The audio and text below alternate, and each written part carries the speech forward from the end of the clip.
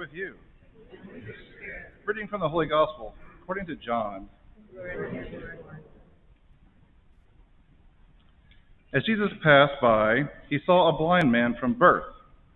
His disciples asked him, "Rabbi, who sinned, this man or his parents, that he was born blind?"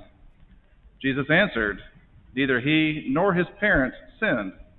It is so that the works of God might be made visible through him. We have to do the works of the one who sent me while it is day. Night is coming when no one can work. While I am in the world, I am the light of the world." When he had said this, he spat on the ground and made clay with the saliva, and smeared the clay on his eyes, and said to him, "Go wash in the pool of Siloam," which means sent. So he went and washed, and came back able to see. His neighbors and those who had seen him earlier as a beggar said, "Isn't this the one who used to sit and beg?" Some said, "It is." But others said, "No, it just looks like him." He said, "I am." So they said to him, "How were your eyes opened?" He replied, "The man called Jesus made clay and anointed my eyes and told me, 'Go to Siloam and wash.' So I went there and washed and was able to see." And they said to him, "Where is he?" He said, "I don't know." They brought the one who was once blind to the Pharisees. Now Jesus had made clay and opened his eyes on the Sabbath. So when the Pharisees also asked him how he was able to see, he said to them, "He put clay on my eyes, and I washed, and now I can see." So some of the Pharisees said, "This man is not from God, because he does not keep the Sabbath." But others said, "How can a sinful man do such signs?" And there was a division among them. So they said to the blind man again, "What do you have to say about him, since he opened your eyes?" He said, "He is a prophet." Now the Jews did not believe that he had been blind and gained his sight until they summoned the parents of the one who had gained his sight. They asked him, "Is this your son, who you say was born blind? How does he now see?" His parents answered and said, "We know that this is our son, and that he was born blind. We do not know how he sees now, nor do we know who opened his eyes. Ask him. He is of age. He can speak for himself."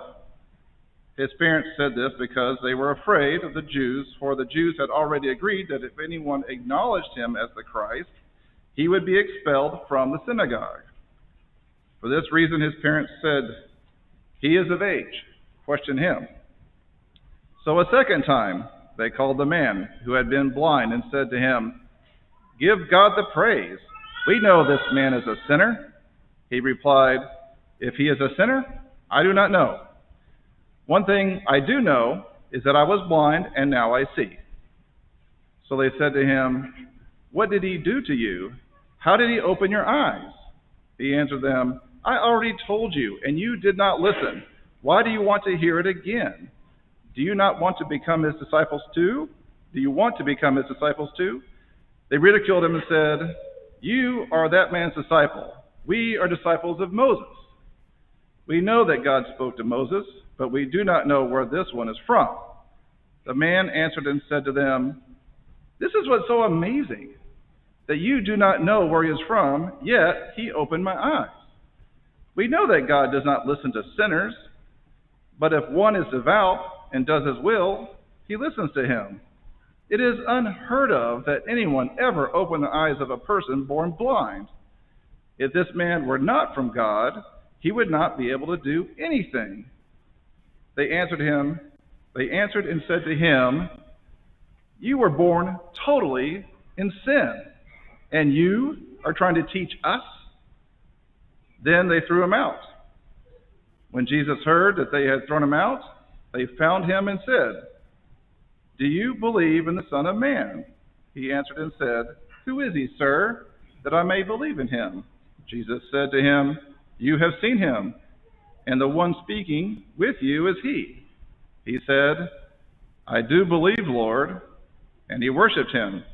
Then Jesus said, I came into this world for judgment, so that those who do not see might see, and those who do see might become blind. Some of the Pharisees who were with him heard this and said to him, Surely we are not also blind, are we?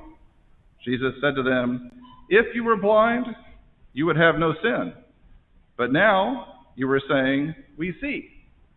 So your sin remains.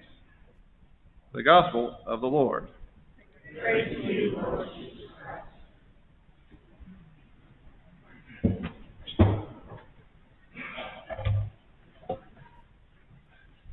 Even though I've been learning, throughout my whole life, we all do. We learn things. For me, it's more about learning how not to do something. But, I've got lots of those lessons. So even though I've been learning throughout my whole life, I have never known as much as I did right before becoming a parent. Right before that happened, I knew everything. I knew how the world worked. I knew how the world should work. And I most of all knew the proper way to raise kids. Now, one of the big issues that I had to face as a young parent was thumb sucking. Now, at the time, I didn't understand how thumb sucking ever happened. How could parents allow their kids to suck their thumbs? Well, in God's mercy and justice, God gave me two wonderful thumb-sucking kids. Now, with my first kid, I went to war over thumb sucking. Now going to war over that issue is a great way to turn a lot of evenings and weekends into just a terrible experience. And eventually I could see that I didn't know as much as I thought about thumb sucking. My kids use that to cope. They use that to cope with difficult situations. And once they were older, we've helped them find new and different ways to cope. So at that point, I had to call into question, this rigid rule that I had about thumb sucking. I remember being in a store, so we're checking out, and the cashier there, just really lost it on my kid. My younger kid was 5 years old. He's sucking his thumb there, and they just how can you let this happen? Don't you take care of your kids? And I was thinking to myself, maybe was it the pinnacle of everything that the cashier knew at that time? Maybe that was maybe they're about to learn some lessons. But I really sincerely hoped. I sincerely hoped as I walked away from there that she'd have kids with a strong as will as I did, because failing that, she's going to crush some spirits, as I would have done. Now, before becoming a parent, I had some remarkably rigid thinking. And I'm not joking. I'm not joking when I really thought that I figured it out. This is how the world should work, and I had somehow accomplished something grand. I had it all figured out. Except, things happen. Things happen you don't expect, and you find yourself in impossible situations.